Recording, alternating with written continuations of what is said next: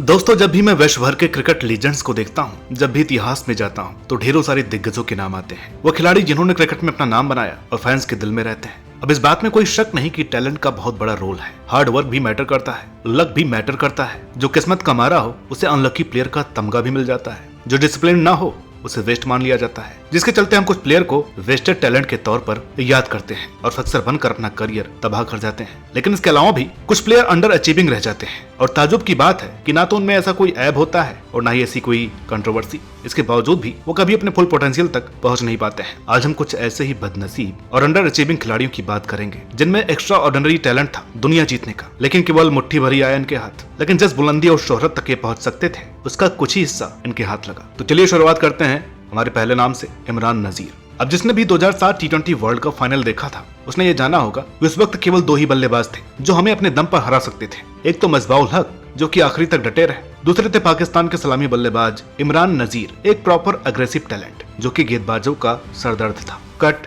Hook, पुल ताबड़तोड़ अंदाज में लगा रहे थे और जबरदस्त अंदाज में बैटिंग कर रहे थे। अगर फाइनल में वो रन आउट ना होता तो ये मैच हमारे हाथ से निकाल ले जाते और श्रीसंत जैसे हमारे उस वक्त के सबसे बेहतरीन बॉलर को उसके पहले ही ओवर में 20 रन ठोक दे। वो भला किसके ही रुकेगा। मैच विनिंग एबिलिटी थी, प्लेटफॉर्म भी सेट था। केवल 17 साल की उम्र में डेब्यू, दुनिया का शानदार और पाकिस्तान का सर्वश्रेष्ठ बल्लेबाज बनने का दमखम था। ये ऑल टाइम ग्रेटेस्ट बन सकते थे, लेकिन बदकिस्मती से ये ना हो सका। ये टैलेंट कभी वो अचीव ही नहीं कर पाया जिसके लिए इसका जन्म हुआ, क्योंकि ना तो नसीब इनके हक में था और ना ही हेल्थ। कभी इन्फेक्शन, कभी इंजरी इन्हें ले डूबी। अब जो खिलाड़ी 15,000 प्लस रन बना सकता था उसके हिस्से आए महज 2,000 रन। अगर उनको वो जॉइंट प्रॉब्लम ना होती तो इनके 4.5 साल खराब ना होते और ये अब तक बहुत कुछ अचीव कर चुके होते। लेकिन इनके नसीब में शायद यही था। दूसरे नंबर पर बात करते हैं ईशांत शर्मा की। अब चाहे कोई कुछ भी कहे, चाहे मुझे कोई ये एक्सक्यूज देकर के चुप करा दे कि जिसने 100 टेस्ट मैच खेल लिए वो अंडर अचीविंग कैसे हो सकता है। बिल्कुल हो सकता है मेरे दोस्त। अब जरा सोचिए, जो लड़का 18 साल की उम्र में इंडिया खेल जाए, कई वर्षों से लगातार टीम का हिस्सा हो, तीनों फॉर्मेट खेलता हो, उसे तो काफी कुछ अचीव कर लेना चाहिए। ढेर सारे विकेट उसके नाम होने चाहिए। हाइट थी, पेस भी खूब थी, लंबे स्पेल डालने वाली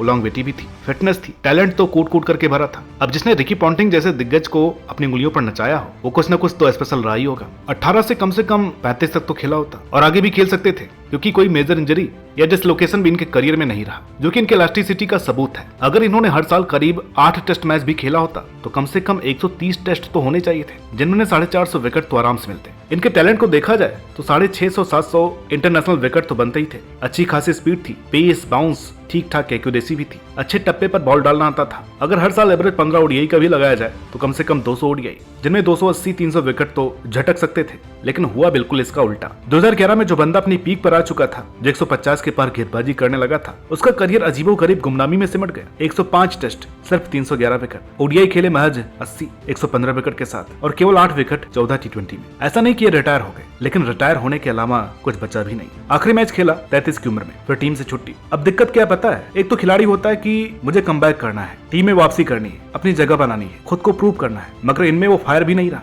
चलो खेल लिए 100 टेस्ट, इसी में मेरी खुशी है। पेस भी 125-30 का रह गया, फिटनेस पर उतना काम नहीं करते। आईपीएल खेल लेते हैं दिल्ली के लिए, हालांकि वहाँ बॉलिंग आज भी जबरदस्त करते हैं, काबिलियत आज भी खत्म नहीं हुई, कला आज भी भरपूर है, मगर अपने टैलेंट के साथ जस्टिस करने में नाकाम रहे। शुरुआती मैचों में तो चलो इन्हें सपोर्टिव रोल में खिलाया गया, लेकिन अब जब टीम का प्रमुख गेंदबाज बनकर लीड करने का टाइम था तो इन्होंने इतना इंप्रेस ही नहीं किया, खुद पर काम ही नहीं किया। ज्यादा नहीं तो कम से कम 300 विकेट कम लिए इन्होंने और 100 मैच भी कम खेले हैं। नंबर 3 पर बात करते हैं पोलार्ड की। दोस्तों, जब भी कभी वेस्टइंडीज क्रिकेट और उनके खिलाड़ियों की बात होती है तो इसमें कंट्रोवर्सी नाम का एलिमेंट खुद ब खुद जुड़ जाता है। कारण साफ है, सालों से चला रहा वेस्टइंडीज क्रिकेट बोर्ड और उनके खिलाड़ियों में क्लैश, जहां वेस्टइंडीज का क्रिकेट बोर्ड इस बात से नाराज रहता है कि उनके खिलाड़ी इंटरनेशनल क्रिकेट को लात मार करके दुनिया भर की लीग खेलने में दिलचस्पी रखते हैं। वही वेस्टइंडीज के क्रिकेटर्स को इस बात का मलाल है कि उन्हें उनकी मेहनत के मुताबिक वो पे नहीं दिया जाता है जिसके वो हकदार है। इसी बीच कई खिलाड़ियों के करियर्स वेस्टइंडीज क्रिकेट बोर्ड ने तबाह कर दिए, तो वहीं कुछ खिलाड़ियों ने अपने क्रिकेट बोर्ड को लात मार करके इंटरनेशनल क्रिकेट से मुंह फेर लिया और दुनिया भर की लीग का रुख किया। अब सुनील नारायण को देख लीजिए,